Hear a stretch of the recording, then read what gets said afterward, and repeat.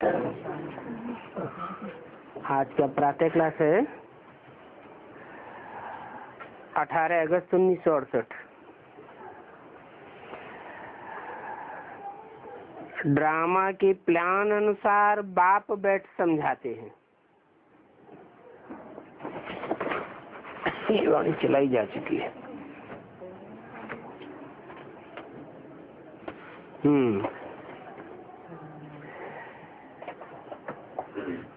प्रातः क्लास चल रहा था 21/8/68 का। पहले पेज के मध्यांत में बात चल रही थी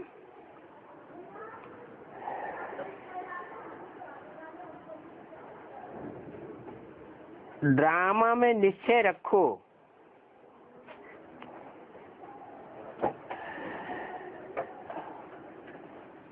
और ड्रामा के अलावा कोई भी बात बोलो नहीं। चक्र में दिखाया है ना ये कैसे हूबहू फिरता है। फिर कल्प वृक्ष का चित्र भी है, परंतु ये कोई भी जानते नहीं है कि इसकी आयु कितनी है।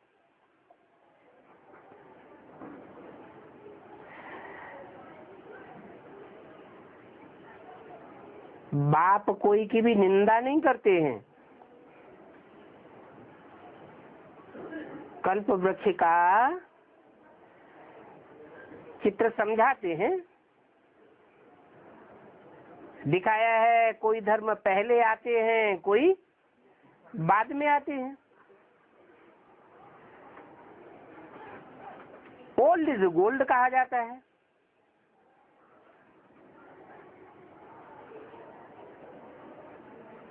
नए नए जो धर्म आते हैं वो थोड़े समय अपना शो करते हैं, बाद में जल्दी ही तमोप्रधान हो जाते हैं। तो ये कोई की निंदा नहीं है, ये तो सच्चाई है। और ये सच्चाई की बात तो समझाई जाती है।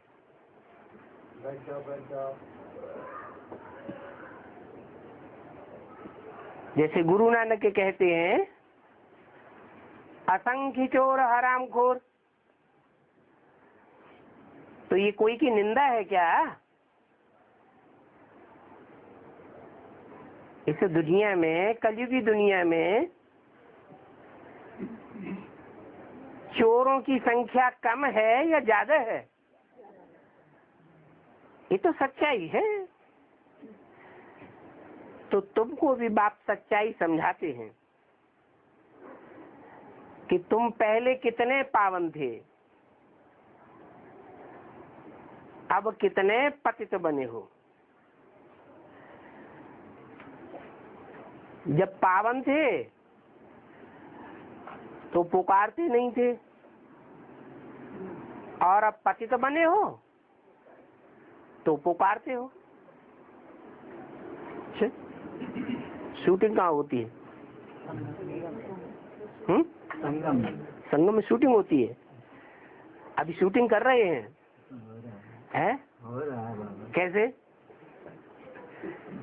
है? ब्राह्मणों की दुनिया में शूटिंग हो रही है कि ब्राह्मण जब पतित बनते हैं तो बुलाते हैं। जैसे भक्ति मार्ग में बुलाते थे, हे पतित पावन राम आओ, तो क्या यहाँ भी बुलाते हैं? आवाहन करते हैं। बेसिक में तो आवाहन करते हैं। क्या एडवांस में भी दिल आवाहन करती है? हा? चुप हो गए हैं? करती है, आवाहन तो करती है, ये कह रहे नहीं करती है। एक दो न करने सब कर हैं? सब करते सब आवाहन करते हैं भक्ति मार्ग में। तो ये निशानी किस बात की हुई है? भक्ति मार्ग में पतित होने की निशानी हुई या पावन देवता बनने की निशानी हुई? सतयुग त्रेता में, द्वापर में, वो सतयुग त्रेता में देवताएं पावन थे तो बुलाते नहीं थे। द्वापर कलयुग में पतित होते हैं तो भगवान को बुलाते हैं। पहले तो सबको पावन बनाना है। भगवान आते हैं तो क्या ऐसा भी करते हैं कि कोई को पावन बनावे और कोई को ना बनावे? है, सारी दुनिया को पावन बनाते हैं। फिर नंबरवार पार्ट बजाने के लिए आना है। किस नंबर से?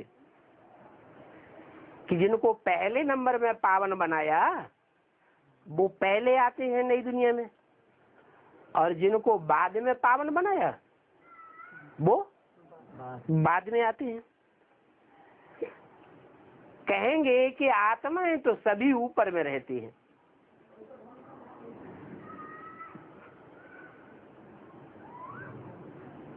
आत्माएं माना जो भी आत्मिक स्टेज वाले होंगे वो भी कहाँ रहेंगे? मन बुद्धि से ऊंची स्टेज में रहेंगे। कहेंगे कि आत्माएं हैं, आत्मिक स्थिति वाले हैं, बाप भी ऊपर में रहता है, परंतु ऐसे ही तो बुलाते आते हैं, और बुलाने से आते तो नहीं है। भक्ति मार्ग में 2500 साल बुलाया, बुलाने से आए क्या? है नहीं आए। और यहाँ बुलाने से आते हैं? हैं? यहाँ बुलाने से आते हैं? हैं? यहाँ भी है? यहाँ भी बुलाने से नहीं आते हैं। बाप कहते हैं कि मेरा ये ड्रामा में पार्ट लुदा हुआ है। क्या? कि मैं बुलाने से नहीं आता हूँ और बिना बुलाए आ जाता हूँ। ऐसा पार्ट क्यों है? कोई बताएगा ऐसा पार्ट क्यों है? नहीं। हाँ, ड्रामा में ये जो पार्ट है उसका कोई कारण होगा ना। कारण यही है कि जो देह अभिमानी मनुष्य होते हैं वो बुलाने से आते हैं, मान मर्तबा चाहते हैं। जिसको देह होती है, जिनको रथ होता है, उनको कुछ न कुछ अपने मान मर्तबे का स्वार्थ होता है। जैसे ब्रह्मा बाबा मनुष्य आत्मा है ना, चलो देवात्मा है, बुलाने से आते हैं या बुना बुलाई आ जाते हैं? क्यों? ब्रह्मा बाबा क्या शिव बाबा से भी बड़े हैं? शिव बाबा से बड़े तो नहीं कहेंगे। फिर वो बुलाने से क्यों आते हैं? हैं? हाँ, शिव में कोई भी देहभान नहीं है, 100% आत्मा है और सदैव ही आत्मा है। बल देह में भी आते हैं, प्रवेश करते हैं, तो भी देह अभिमानी नहीं है, इसलिए उनको मान मर्तबे की दरकार नहीं है। और जो भी मनुष्य आत्माएं हैं उन सबको मान मर्तबे की दरकार होती है।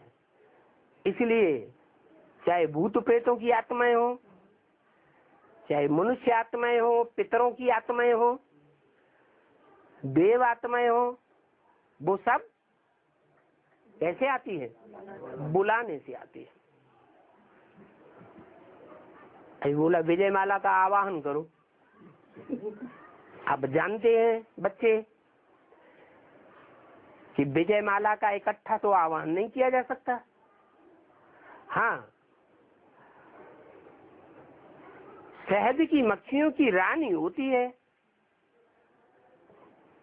कोई कहे कि शहद की मक्खियों का आवाहन करो तो क्या करते हैं? है? रानी मक्खी को ले आते हैं। तो विजय माला का आवाहन करो का मतलब क्या हुआ? सभी का आवाहन करें एक साथ या एक का आवाहन करें तो सब आ जाएंगी, एक का आवाहन करेंगी तो सब आ जाएंगी। जिसका आवाहन करेंगे उसको मान मर्तबे की दरकार है या नहीं है? है? मान मर्तबे की दरकार तो है, लेकिन शिव बाबा को मान मर्तबे की दरकार नहीं है। बाप कहते हैं मेरा ये निरहंकारी बने का पार्ट ड्रामा में नुदा हुआ है। क्या? निराकारी, निर्विकारी और निरहंकारी। जैसे हद के ड्रामा में भी मुख्य मुख्य एक्टर्स होते हैं तो उनका पार्ट होता है ना, पहले से नुदा हुआ पार्ट होता है ना। ये तो फिर है बेहद का ड्रामा। तुम सभी इस ड्रामा के बंधन में बंधे हुए हो। कोई ऐसा है जो ये कहे कि मैं आत्मा इस ड्रामा के बंधन में बंधी हुई नहीं हूं? कोई है? कोई नहीं।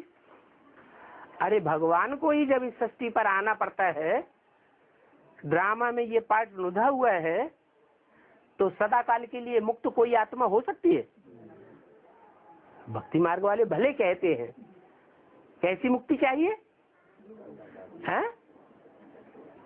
क्या कहते हैं? हमको सदा काल की मुक्ति चाहिए, हमें इस दुनिया में आना ही नहीं है। स्वर्ग के सुख भी कहते हैं काक बिस्तर समान, लेकिन बाप कहते हैं इस ड्रामा के बंधन से कोई छूट नहीं सकता। इसका मतलब ये नहीं है कि सब कोई धागे में बंधे हुए हो, है? धागे में बंधे हुए नहीं है, है? अरे 500 करोड़ मनुष्य आत्माएं हैं, इस सृष्टि पर आती हैं तो एक के बाद एक आती है ना, तो धागे में बंधी हुई नहीं है, है? धागे में बंधी हुई है। कौन सा धागा है? है? बुद्धि रूपी धागा। अरे वो माला घुमाते हैं ना, तो माला में जो मणके घुमाए जाते हैं पकड़ पकड़ के, उनमें धागा होता है कि नहीं? है? धागा होता है। वो धागा क्या चीज है? वो स्थूल धागा तो है नहीं जो परम धाम से आत्माएं धागे के आधार पर तोड़ती हैं। स्थूल ड्रामा है, स्थूल धागा है क्या? नहीं। फिर कौन सा धागा है? है? ड्रामा का धागा। धागा है स्नेह का धागा। क्या? प्यार का बंधन। नारायण की आत्मा ऊपर से उतरेगी सृष्टि के आदि में, 500 करोड़ आत्मा इकट्ठी जाएंगी ना, तो पहले पहले कौन आएगा? नारायण की आत्मा उतरेगी तो उसके प्रेम के धागे में, स्नेह के धागे में कौन बंधी हुई पीछे पीछे आएगी? अरे कोई आत्मा आएगी कि नहीं धागे में बंधी हुई? कौन आएगी? लक्ष्मी आएगी पहले। तो धागे में, प्रेम के धागे में, स्नेह के धागे में बंधी हुई हुई कि नहीं हुई? बाकी स्थूल धागा कोई नहीं है। तो भक्ति मार्ग में तो स्थूल धागे में बांध लेते हैं मणकों को। यहाँ कोई स्थूल माला नहीं है, स्थूल मणके नहीं है।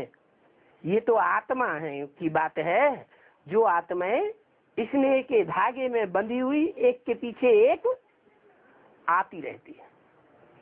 नारायण के पीछे लक्ष्मी आएगी, फिर लक्ष्मी के पीछे कौन आएगा?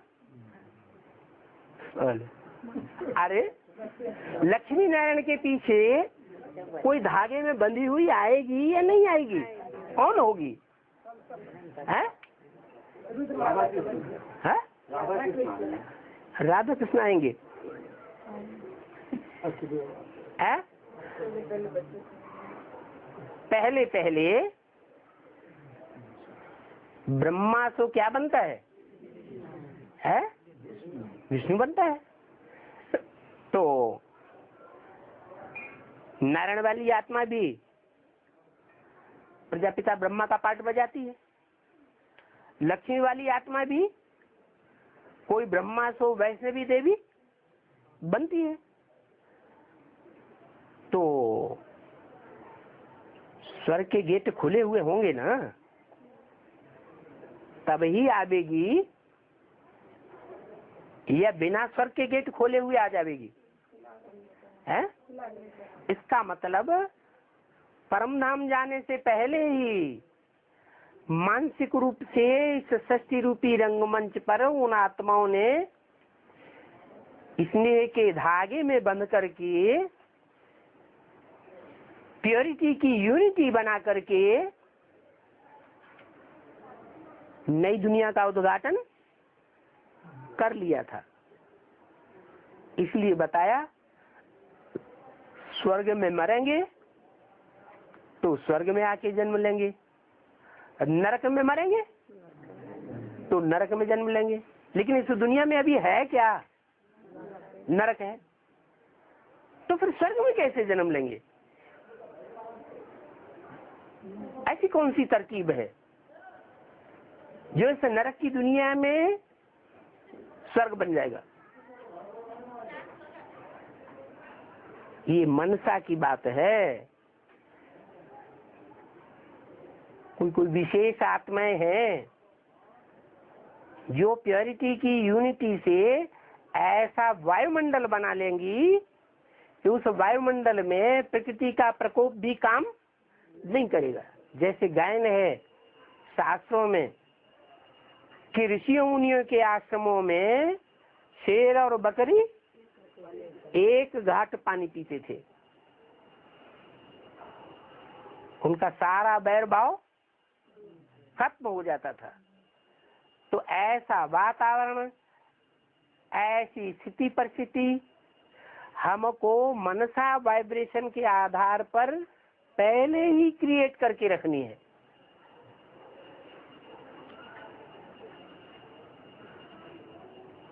फिर परमधाम आत्माएं जावेंगी,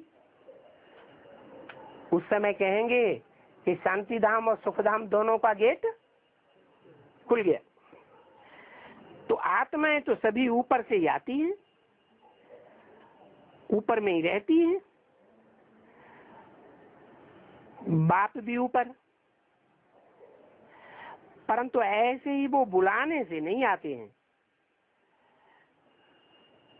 जैसे हद के ड्रामा में मुख्य मुख्य एक्टर्स का पार्ट होता है, तो तुम सभी ड्रामा के बंधन में बंधे हुए हो। बाकी कोई स्थूल धागा नहीं है जिसमें बंधे हुए हो, है? कौन सा धागा है? स्नेह का धागा है। तो ये बात समझाते हैं कि वो होता है जड़ झाड़ और उसका जड़ बीज।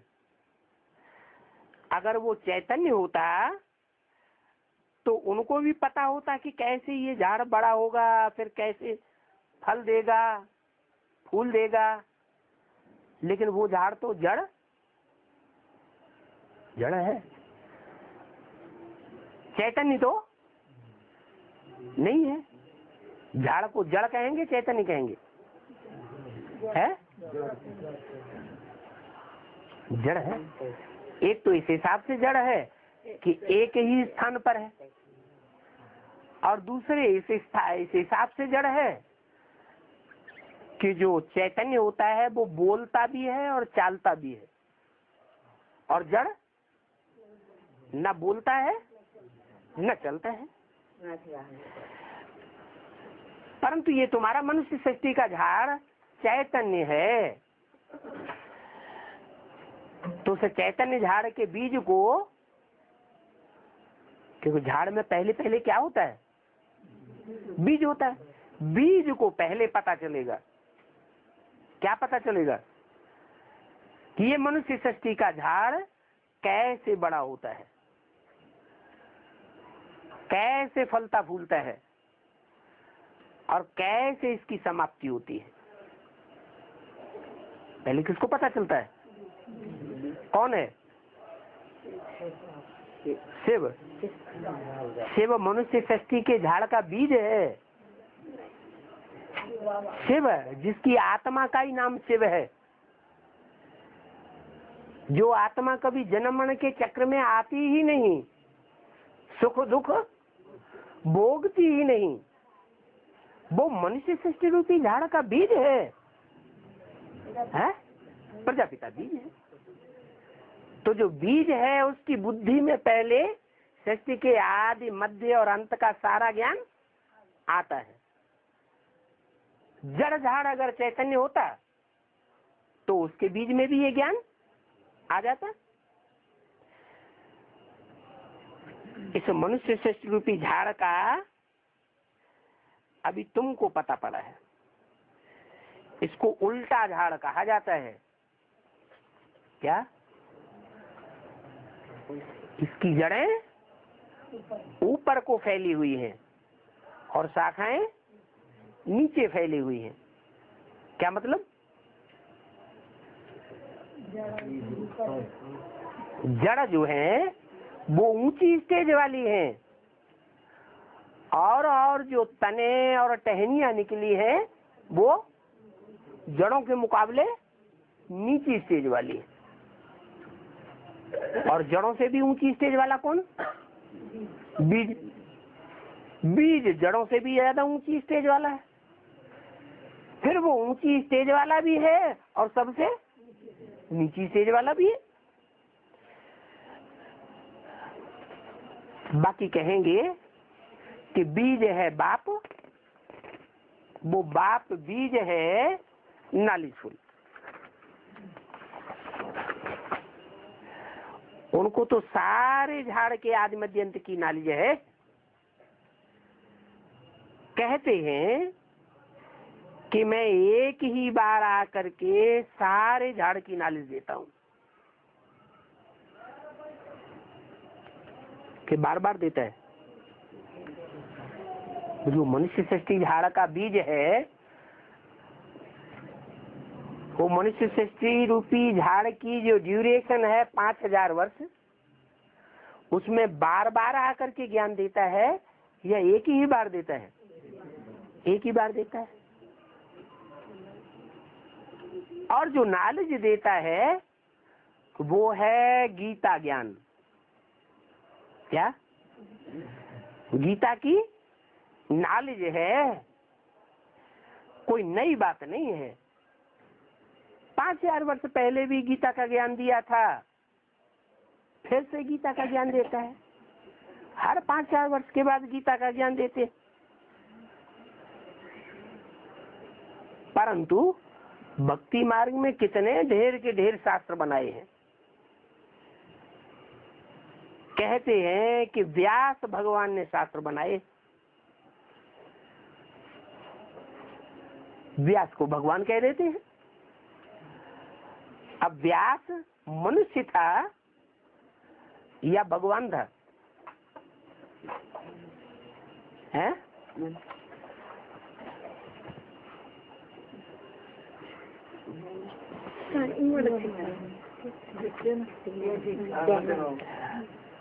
व्यास कौन था? व्यास भगवान था या मनुष्य था?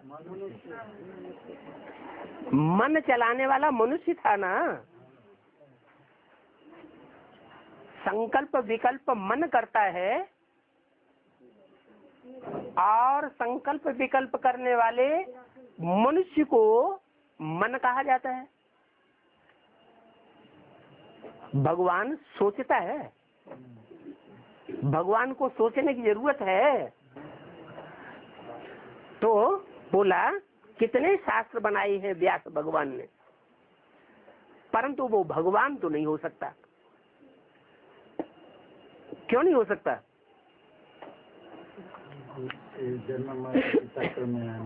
नहीं, भगवान इसलिए नहीं हो सकता कि भगवान को सोचने संकल्प विकल्प करने की दरकार नहीं है, क्योंकि भगवान जन्म मरण के चक्र से न्यारा है और मनुष्य जन्म मरण के चक्र में आता है। इसलिए संकल्प विकल्प करता है, सोचता है। ये सोचना करना भगवान का काम नहीं है। सोचना करना मन का काम है, और मन भगवान को होता है। जिसको मन होगा वो चंचल होगा। मन कैसा होता है? चलायमान होता है। अच्छा, देवताओं का मन चलायमान होता है? हैं? देवताओं का मन तो चलायमान नहीं होता, तो उनको भगवान कहें? कहें? क्यों? देवताओं को तो सोचने करने संकल्प विकल्प करने की दरकार नहीं, कि है दरकार? तो जो देवताएं हैं वो भगवान की कोटि में नहीं गिने जा सकते, क्योंकि देवताएं जन्म मरण के चक्र में आते हैं, ऊपर से नीचे गिरते हैं, और भगवान जन्म मरण के चक्र में भी नहीं आता, न नीचे गिरता है न उसके ऊपर उठने की बात है। वो तो सदैव ऊंच से ऊंच है, इसे नीच सृष्टि में आता है, पतित नीच मनुष्य में आता है, तो भी ऊंचे है या नीचे है? तो भी ऊंचे से ऊंचे है। उसका कोई भी कर्म, कर्म इंद्रिय से किया हुआ कर्म, वाचा से बोला हुआ वाक्य, दृष्टि से देखी हुई जो भी चीज है वो पावन बनेगी या अपवित्र बनेगी?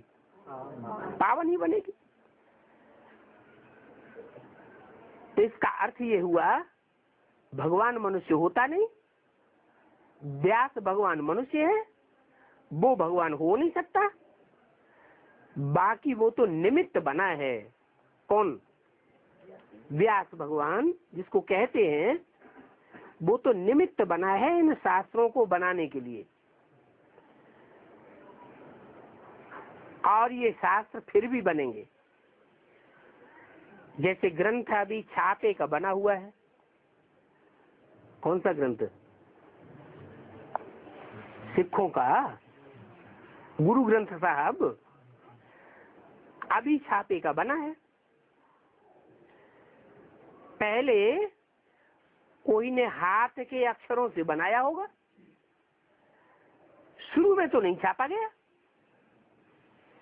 तो गीता भी पहले हाथ से लिखी गई होगी या छपाई गई होगी? हाथ से लिखी गई थी। यहाँ पर बाबा तो कोई श्लोक आदि नहीं उच्चारते हैं।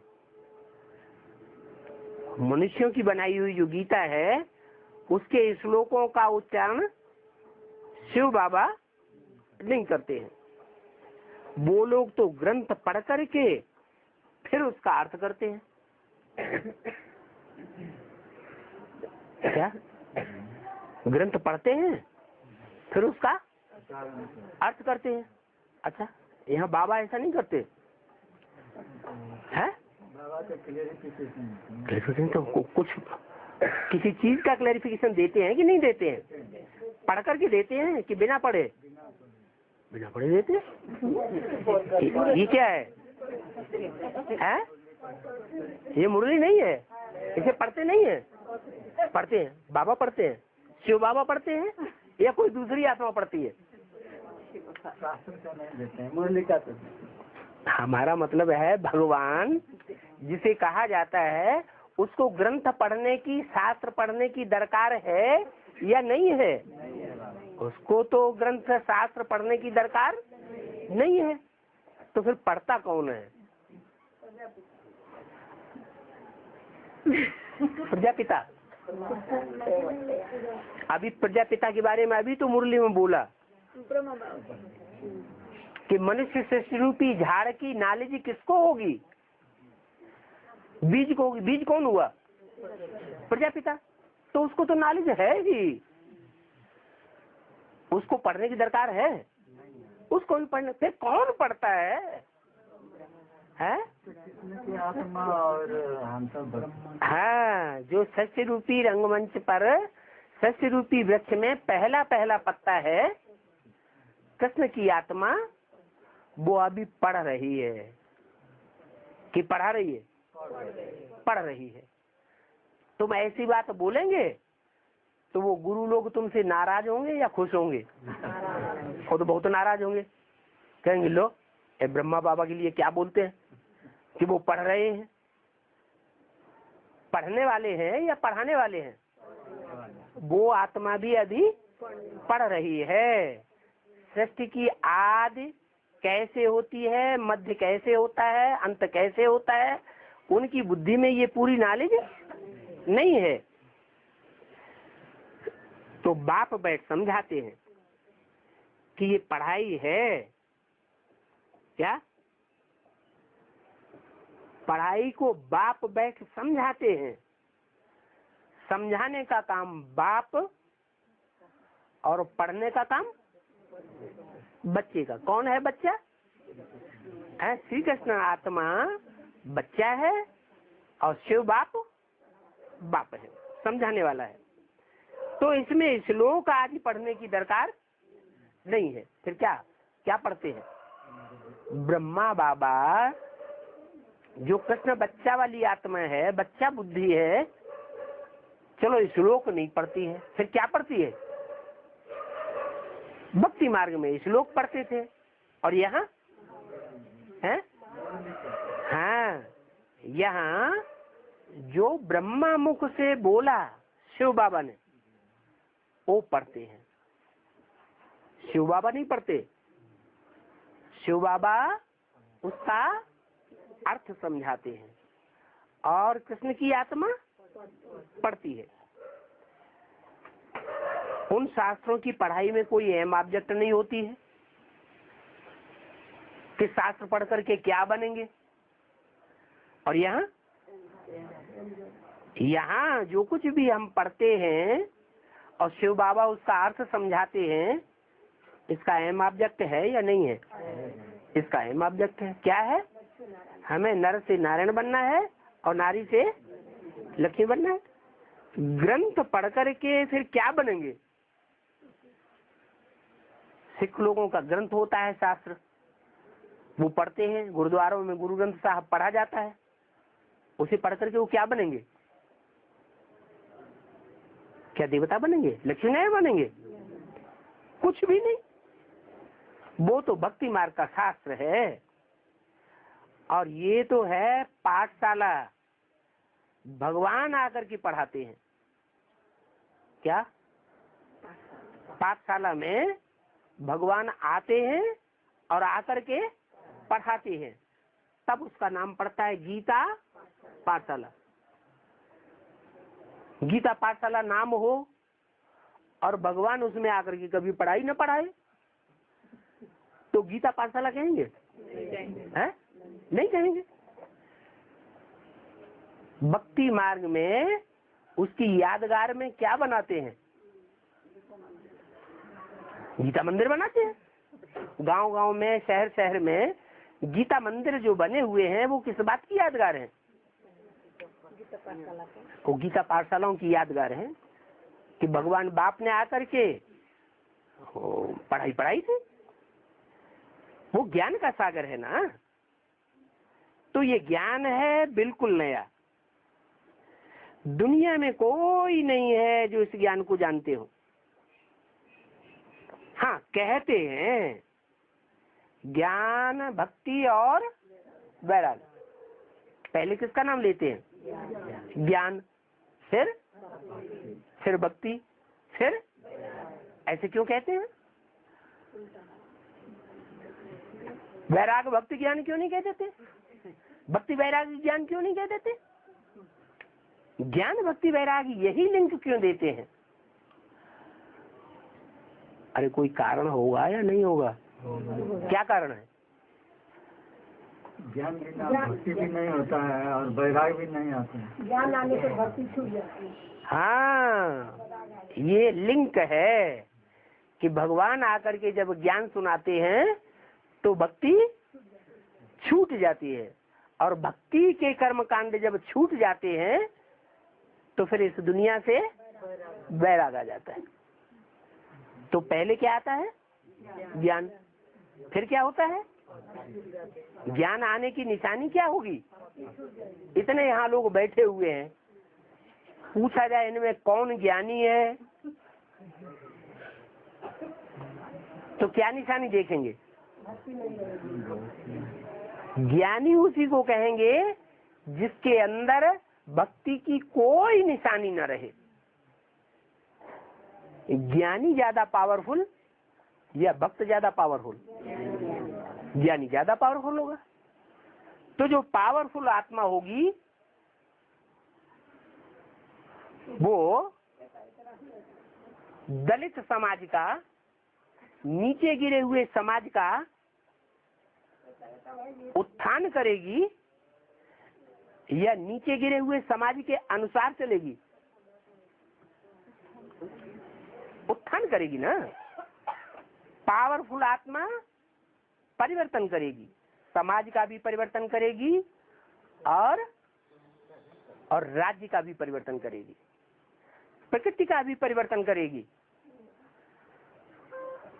उसमें परिवर्तन शक्ति होगी ज्ञान की अथॉरिटी के आधार पर।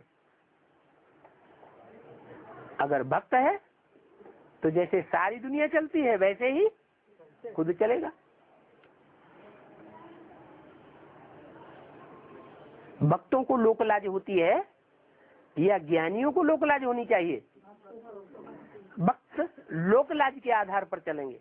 अरे बिंदी नहीं लगाएंगे तो दुनिया क्या कहेगी, चूड़ियां नहीं पहनेंगे तो दुनिया क्या कहेगी। ये सोच भक्तों का है या ज्ञानियों का है? ये तो भक्तों का सोच हो गया। ज्ञानी की पहचान क्या हुई? ज्ञानी भस्म होने वाली दुनिया की लोकलाज से डरने वाला नहीं होगा। जानता है ये दुनिया तो भस्म होने वाली है, आने वाली नई दुनिया तीसरी आंख से दिखाई पड़ रही है। तो कौन सी दुनिया की लोकलाज रखनी है? जो आने वाली नई दुनिया तीसरी आंख से दिखाई पड़ रही है वो भगवान की बनाई हुई दुनिया है, उसकी लोकलाज रखना ये हम बच्चों का काम है। तो इस पुरानी दुनिया से आखिरी क्या चाहिए? वैराग चाहिए। ज्ञान से भक्ति उड़ जाएगी और भक्ति जब उड़ जाएगी तो उसकी निशानी होगी इस दुनिया से वैराग। कुछ अच्छा नहीं लगेगा। क्या इन आंखों से जो कुछ भी देखते हैं जड़ और जंगम, चाहे चैतन्य को देखते हैं और चाहे जड़ को देखते हैं, किसी में मन टिकेगा नहीं। ये निशानी है वैरागी की। कहेंगे सच्चा वैराग हुआ, और जिसको सच्चा वैराग हुआ दुनिया में कहीं किसी चीज में ममत्व न लगे तो कहेंगे पक्का ज्ञानी। अगर ममत्व अटका हुआ है तो ज्ञानी भी नहीं है, वैरागी भी नहीं है। क्या है फिर? है? अरे भक्त है। बाप आकर के बेहद की दुनिया का वैराग कराते हैं। क्या ऐसे नहीं घर बार का वैराग करना सिखाते हैं कि घर बार छोड़ करके सन्यासियों की तरह जंगल में चले जाओ? नहीं, ये सारी 500 करोड़ की जो भी दुनिया है, इस दुनिया के जो भी पदार्थ हैं, जो भी संबंधी हैं, इन सब से बुद्धि योग हटाए देते। हद का वैराग नहीं है।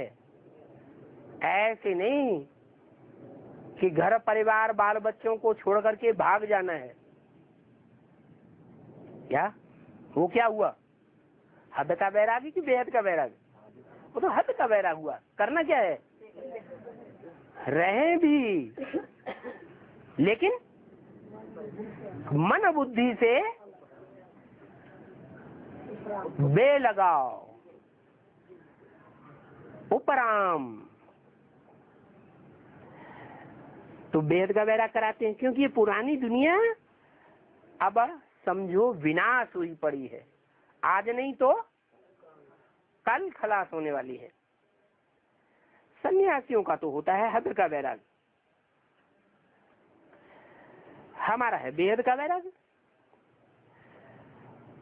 और उनका हद का वैराग जब शंकराचार्य आता है तो वो शंकराचार्य हद का वैराग बैठ सिखाते हैं। शंकराचार्य के आने से पहले हद का वैराग नहीं होता था। शंकराचार्य आकर सिखाते हैं, घर बार छोड़ने का उनका वैराग है। वो भी वो हद का वैराग शुरू में नहीं सिखाते हैं। क्या शुरू में सिखाते हैं? यह सन्यासी शुरू में सात्विक होते हैं, सतो प्रधान स्टेज वाले होते हैं। सतो प्रधान स्टेज वाला जो होगा वो अपने घर के बीवी बाल बच्चों को दुख देगा है? जब सतो प्रधान स्टेज में होते हैं तो ऐसा दुख देने का काम नहीं करते हैं। जब बहुत उनकी वृद्धि हो जाती है तब ये हद का वैराग सिखाना शुरू करते हैं। खुद भी करते हैं और जैसे कर्म हम करेंगे हमें देख तो दूसरे भी करते हैं। तो पहले तो धर्म स्थापन करने वाला एक होता है, फिर धीरे धीरे वृद्धि को पाते हैं। तो ये भी समझाना है कि दुनिया में पहले पहले कौन सा धर्म था? कौन सा धर्म था? आदि सनातन देवी देवता धर्म था, जिसको स्वर्ग हेवन कहा जाता है। पहले पहले जो धर्म था सतो प्रधान सतो सामान्य स्टेज में था, तब उसको क्या कहा जाता था? हेवन। विन माने जीत लिया, जीतना। वहां क्या है? वहां हारने की बात नहीं है। कर्मेंद्रियों से हार कोई नहीं खाता। कोई देवता ऐसा है जो कर्मेंद्रियों से हार खाता हो? नहीं। सबकी कर्मेंद्रियों पर विजय होती है या हार खाने वाले होते हैं? विजय होती है, इसलिए उसका नाम रखा हेवन। दूसरा नाम रखा स्वर्ग। क्यों?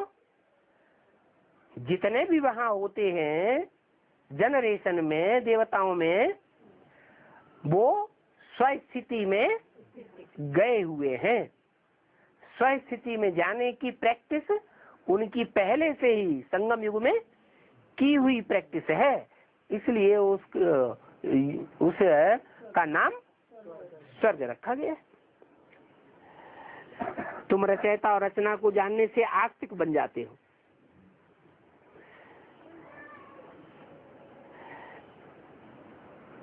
नहीं तो नास्तिक पने में कितना दुख है और सुख काय में है।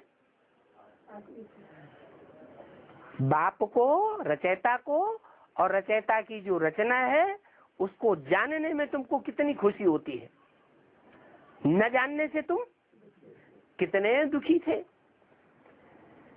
निर्धन की बन जाते हैं। बाप को नहीं जानते, बाप की रचना को नहीं जानते, तो धनी के हुए या निर्धन के हुए? निर्धन के हो गए। फिर क्या करते हैं? जो निर्धन के होते हैं, जिनका कोई धनी धोरी नहीं होता है, उनकी निशानी क्या होती है? वो आपस में ही लड़ते रहते हैं, झगड़ते रहते हैं। तो देखना है कि हम भी ब्राह्मण बने हैं, कहीं ऐसा तो नहीं है कि आपस में लड़ते झगड़ते हैं। अगर लड़ते झगड़ते हैं तो क्या साबित होता है ना? हमने धनी को पहचाना है या नहीं पहचाना है? नहीं पहचाना है। हम निर्धन बाप के बच्चे अभी भी हैं अगर लड़ते झगड़ते हैं, चाहे संकल्पों से, चाहे लाल पीली आंखों से, चाहे कर्मेंद्रियों से, चाहे वाइब्रेशन से। अगर वातावरण खराब करते हैं तो धनी के हैं या निर्धन के हैं? अब कहेंगे निर्धन के। कहते हैं ना कि तुम आपस में ही लड़ पड़ते हो, क्या तुम्हारा कोई धनी दोरी नहीं है? तुम्हारी संभाल करने वाला कोई नहीं है क्या? इस समय तो सभी निर्धन के हैं, क्योंकि बाप को जानते ही नहीं है। ये क्या बात, ये कैसे कह दिया कि इस समय सभी निर्धन के हैं? है? हम ब्राह्मण भी निर्धन के हैं या नहीं है?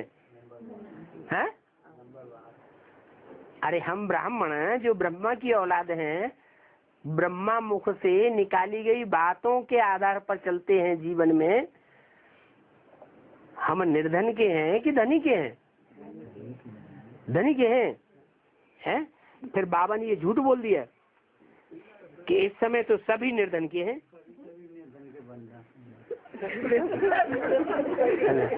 कभी कभी आँख दिखाती है।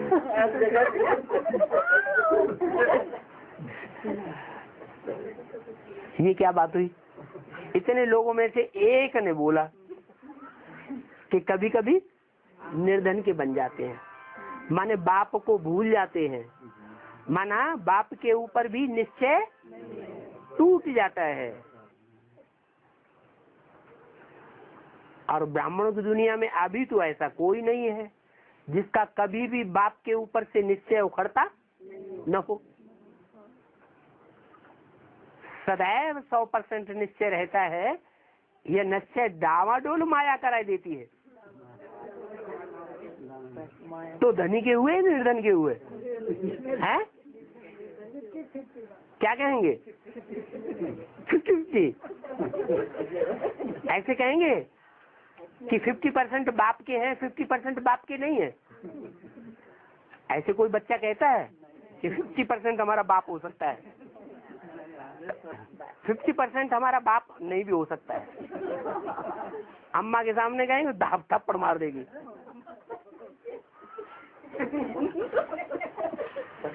तो धनी के हैं या निर्धन के हैं?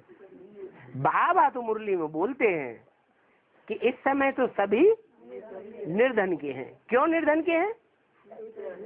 क्योंकि माया सबको थप्पड़ खिलाए करके भुला देती है बाप को, बाप के ऊपर अनिश्चय पैदा कर देती है। हम निश्चय पैदा करते हैं और माया अनिश्चय पैदा कर देती है। बाप आकर सभी को धनी का अर्थात नास्तिक आस्तिक बनाते हैं। अरे बाप को पहचानेंगे तो बाप के ऊपर आस्था बैठेगी या बिना पहचाने आस्था बैठ जाएगी? बाप को पहचानेंगे तो मानेंगे, मानेंगे तो मत पर चलेंगे, मत पर चलेंगे तो कहेंगे कि आस्था पक्की है।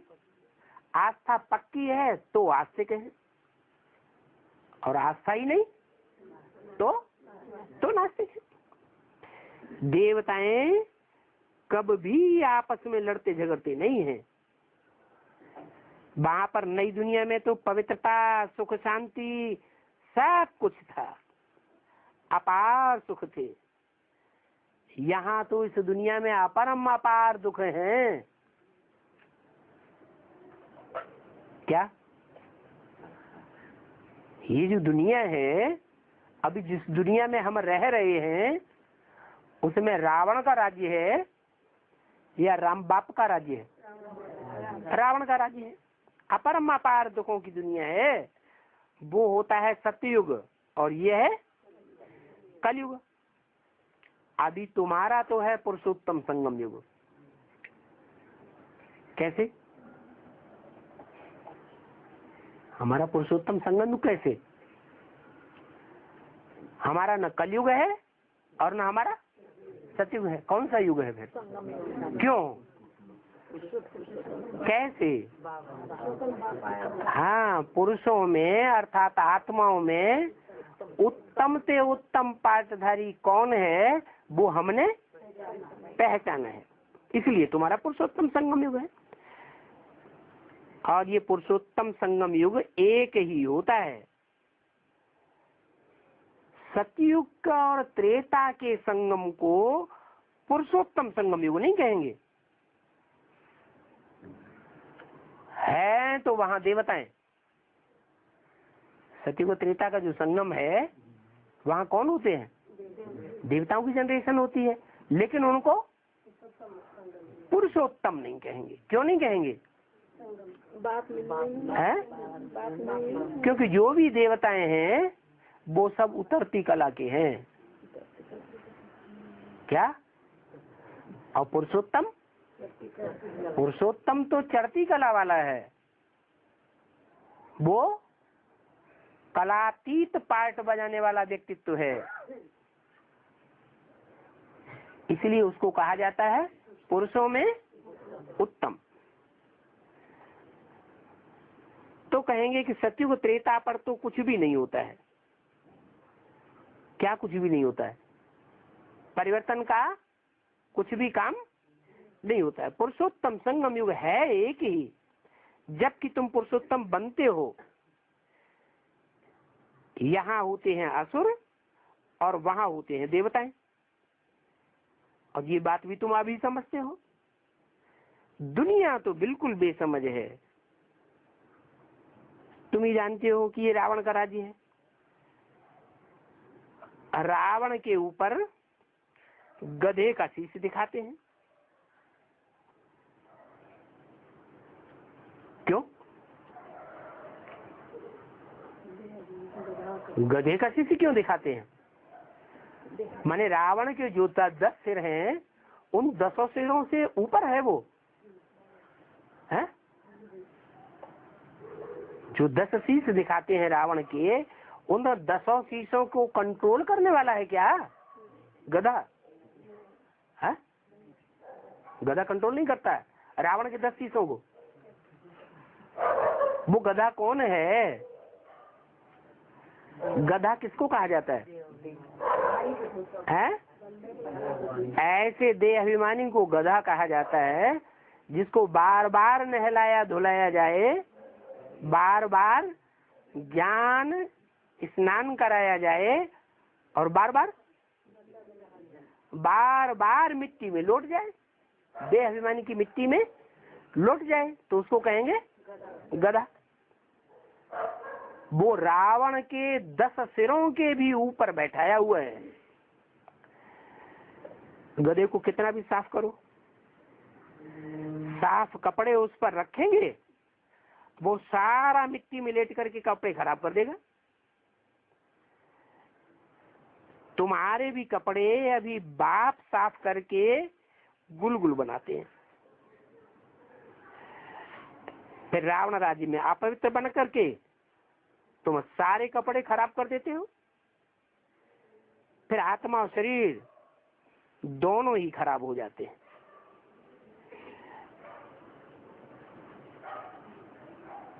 गधे को कोई इस बात की अकल नहीं होती है। किस बात की है? कि ज्ञान जल से इतनी सफाई की, फिर भी देह अभिमान की धूल में बार बार नहीं लौटना चाहिए। बाप भी कहते हैं तुम गधे मिसल तुच्छ बुद्धि बन पड़े हो। माया ने सारा श्रृंगार गंवाई दिए। जो भी मनुष्य मात्र हैं वो सभी गधे मिसल बन गए हैं। बाप को पतित पावन कहते हैं।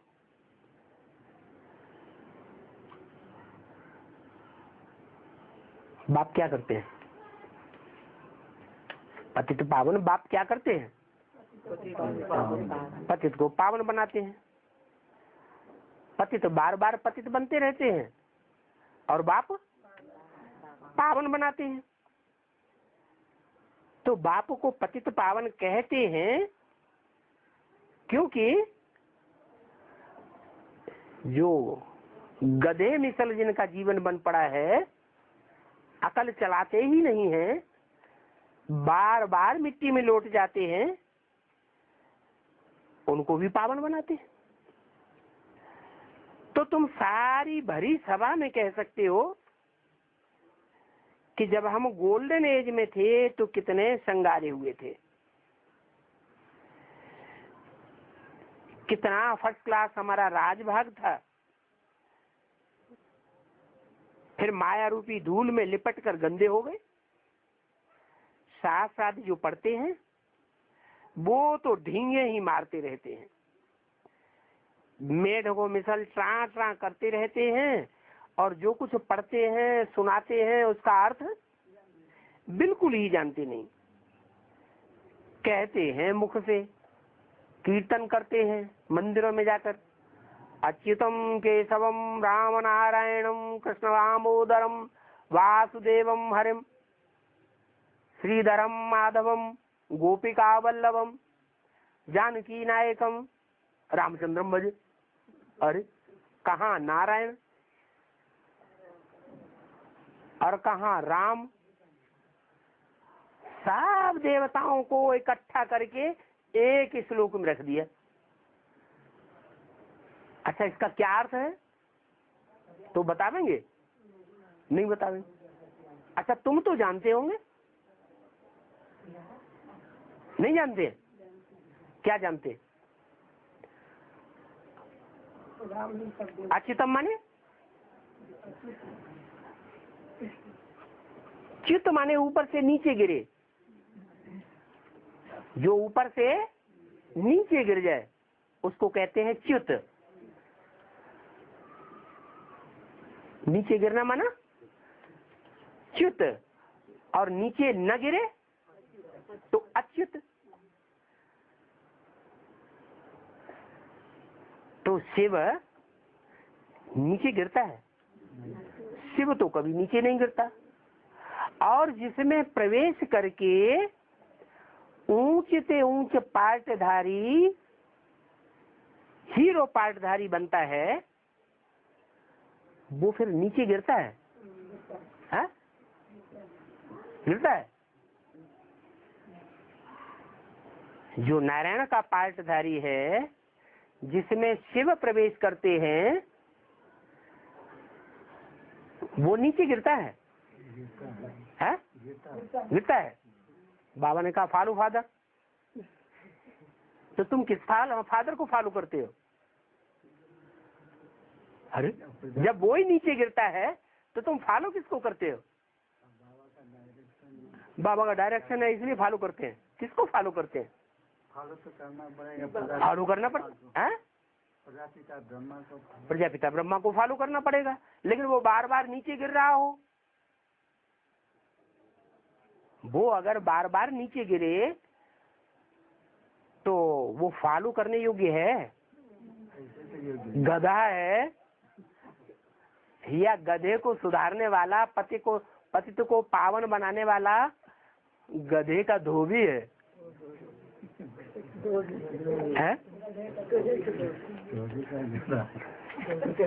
अरे किसको फॉलो करते हो?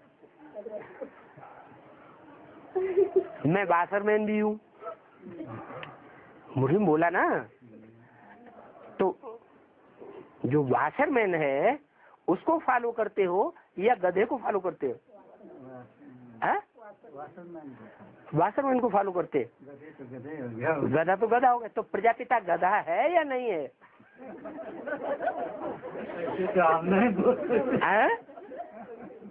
नहीं बोल नहीं सकते, वो बात एक अलग बात है।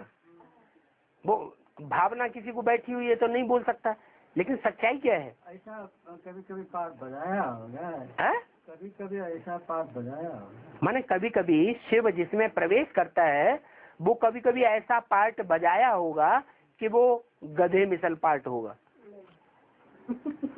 रावण के सर के ऊपर जो गधा दिखाया जाता है ना, वो गधा प्रजापिता की यादगार है।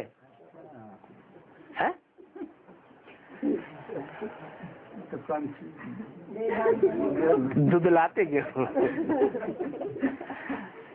जो गधा दिखाया जाता है वो किसकी यादगार है? अरे रावण जिसको कहा जाता है वो 5 सिर काम क्रोध लोभ मोह अहंकार पुरुष के, और 5 सिर स्त्री के, पृथ्वी जल वायु अग्नि आकाश। ये 10 सिर मिलकर के रावण के 10 शीश बने। 5 विकार जो है उनका बाप कौन है? देह अभिमान। तो देह अभिमान हो गया गधा। अच्छा, जो 5 सिर दिखाए गए हैं वो 5 सिरों में चित्र तो बनाया है रावण का। चित्र बनाया कि नहीं बनाया? चित्र बनाया है, तो चरित्र करने वाला कोई होगा या नहीं होगा? माना 100% काम विकार को जन्म जन्मांतर धारण करने वाला, काम रूपी सिर, और 100% क्रोध विकार को जीवन में धारण करने वाला क्रोध का सिर। ऐसे ही 5 प्रकार के विकारों का सिरों का प्रतीक वो रावण के 5 सिर चित्रित तो किए गए हैं। किसी का तो चित्र होगा। अरे संगम युग में चित्र तैयार हो रहे हैं या नहीं तैयार हो रहे हैं? कोई के देवताई चित्र तैयार हो रहे हैं, कोई के आसुरी चित्र तैयार हो रहे हैं। तो रावण के जो 10 मतें चलाने वाला 10 मतें देता है, रावण के 10 सिर हैं या नहीं है? कोई वो तो है। फिर उनका बाप कौन? पीछे से कोई कह रहा है काम क्रोध लोभ मोह अहंकार का बाप कौन? देह अभिमान। वो देह अभिमान रूपी गधा कौन है? अरे कोई आत्मा होगी पार्ट बजाने वाली या नहीं होगी? होगा तो होता रहे, हमें कोई मतलब नहीं। होगा लेकिन जानकारी नहीं चाहिए। जानकारी भी चाहिए। तो वो गधे का पार्ट बजाने वाली आत्मा कौन हुई जो 100% देह अभिमान का पार्ट बजाती है? गधे को अपनी अकल नहीं होती है क्या? गधे को कोई अपनी अकल होती है? नहीं होती। तो ब्राह्मणों की संगमी की दुनिया में कोई पार्टधारी तो होगा जो 10 सिरों का बाप का पार्ट बजाने वाला हो। 5 विकारों का भी बाप कहा जाता है। अरे माया रूपी रावण। अभी तो बोल दिया, उसको अकल नहीं होती है। शिव प्रवेश करता है, प्रजापिता में अकल नहीं होती है। वो सारी सृष्टि का बीज है ना। तो जो सारी सृष्टि का बीज है वो सारे सृष्टि की रूपी मनुष्य सृष्टि रूपी झाड़ की उसमें नॉलेज है या नहीं है? है। तो बेअकल है या अकलमंद है? अकलमंद है। और पीछे तो अभी कोई कह रहा है कि वो प्रजापिता गधा है।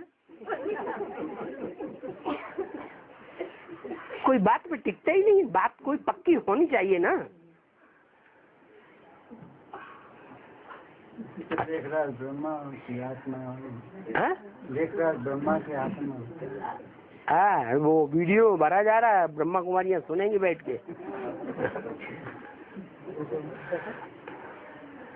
पता ही नहीं। शिव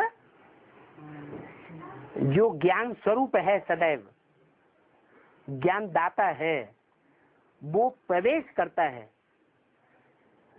ब्रह्मा में भी प्रवेश करता है और प्रजापिता में भी प्रवेश करता है।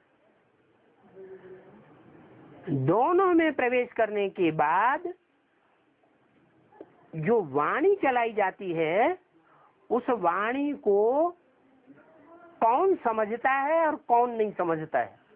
प्रजापिता ब्रह्मा समझता है, जो भी वाणी चलाई गई सन 68 तक, उस वेद वाणी को जो ब्रह्मा के मुख से निकली, उस वाणी को सुनता तो है सबसे पहले कौन? ब्रह्मा बाबा। इसलिए गधे के कान सदैव खड़े हुए दिखाए जाते हैं या बकरी की तरह पड़े हुए दिखाए जाते हैं? हाँ, मुरली में बोलते हैं, मैं जब इनके द्वारा मुरली चलाता हूँ तो सबसे पहले कौन सुनता है? ब्रह्मा की सोच सुनती है। तो कान तो खड़े होके सुनते हैं, सुनने में फर्स्ट क्लास है, लेकिन समझने में सेकंड क्लास है। समझने में 0।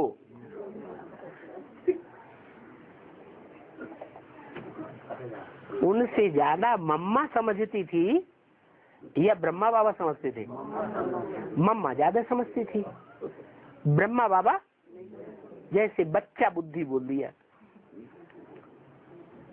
ब्रह्मा जैसे बेबी बन गए, मुरली में बोल दिया, बेबी बना बच्चा, बच्चा बना बच्चा बुद्धि। कृष्ण को बच्चा कहा जाता है और राम को बाप कहा जाता है। किस बात का अंतर है? बाप और बच्चे है तो बाप और बच्चे तो संबंध की बात बताई, लेकिन दोनों में क्या फर्क है? बाप समझदार होता है और बच्चा बेसमझ होता है। बच्चे में समझ नहीं होती है। सारी मुरलियां सुनी तो, लेकिन समझा कुछ भी नहीं। तो जो मनुष्य सृष्टि का बाप है उसका पार्ट है बुद्धि का, अकल का पार्ट है, और ब्रह्मा का पार्ट अकल का पार्ट नहीं है।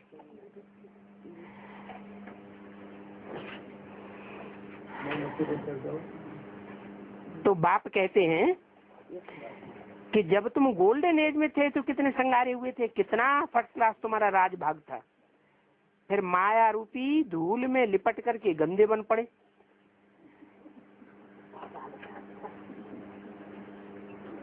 इतनी डींगे मारते हैं, इतनी बुद्धि गंदी हो जाती है कि मंदिरों में जाकर कीर्तन करते रहते हैं, अच्युतम केशवम राम नारायणम, और अर्थ कुछ भी समझते नहीं।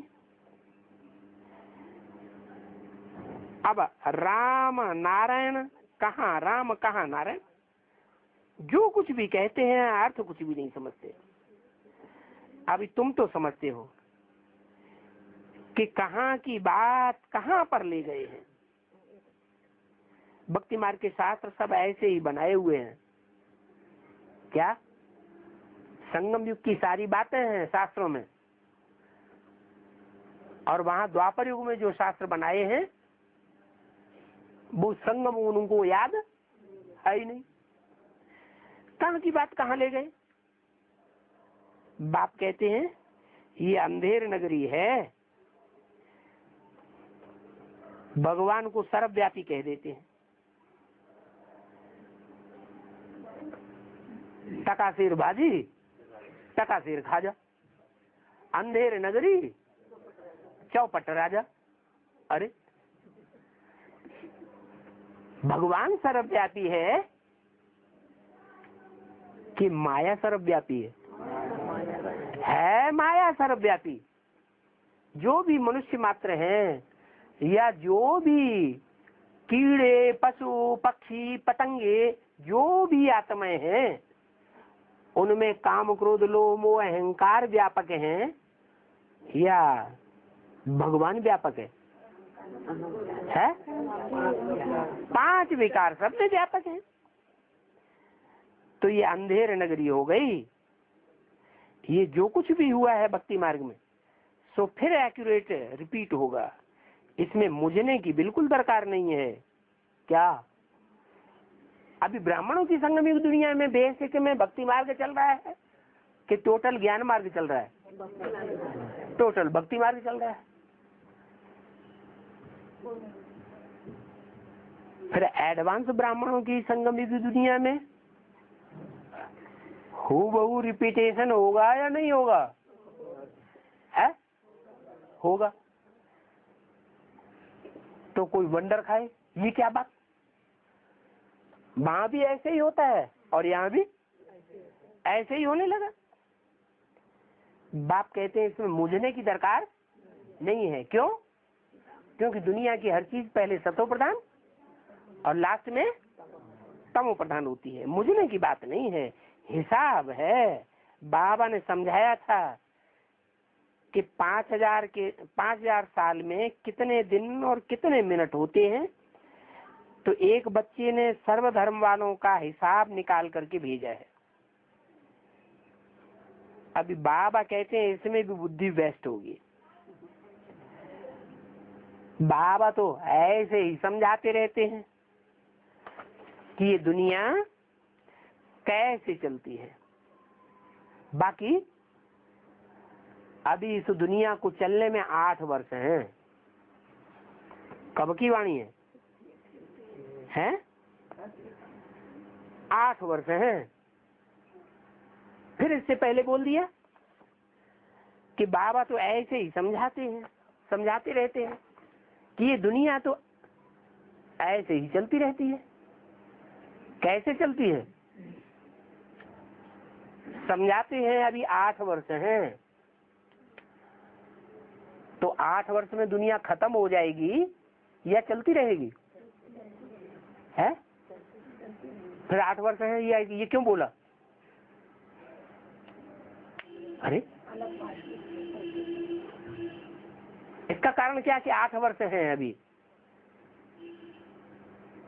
फिर कहेंगे 7 वर्ष हैं, फिर 1 वर्ष के बाद कहेंगे 6 वर्ष हैं। ऐसे कहते कहते ये 8 साल खत्म हो जाएंगे। तुम बच्चे समझाते हो कि अभी फलाने धर्म की स्थापना हो रही है। फलाने माने देवी देवता सनातन धर्म की स्थापना हो रही है। 8 वर्ष के अंदर नई दुनिया की स्थापना हो जाएगी और पुरानी दुनिया का विनाश हो जाएगा। माना 76 में तो हो गया? नहीं हुआ। बाबा ने झूठ बोल दिया? बाबा ने झूठ भी नहीं बोला। ये क्या बात हुई है? ब्राह्मण दुनिया का। हाँ, बाबा तो बेहद के बच्चों से बेहद की बातें करते हैं। हद की दुनिया की बात थोड़ी बताई।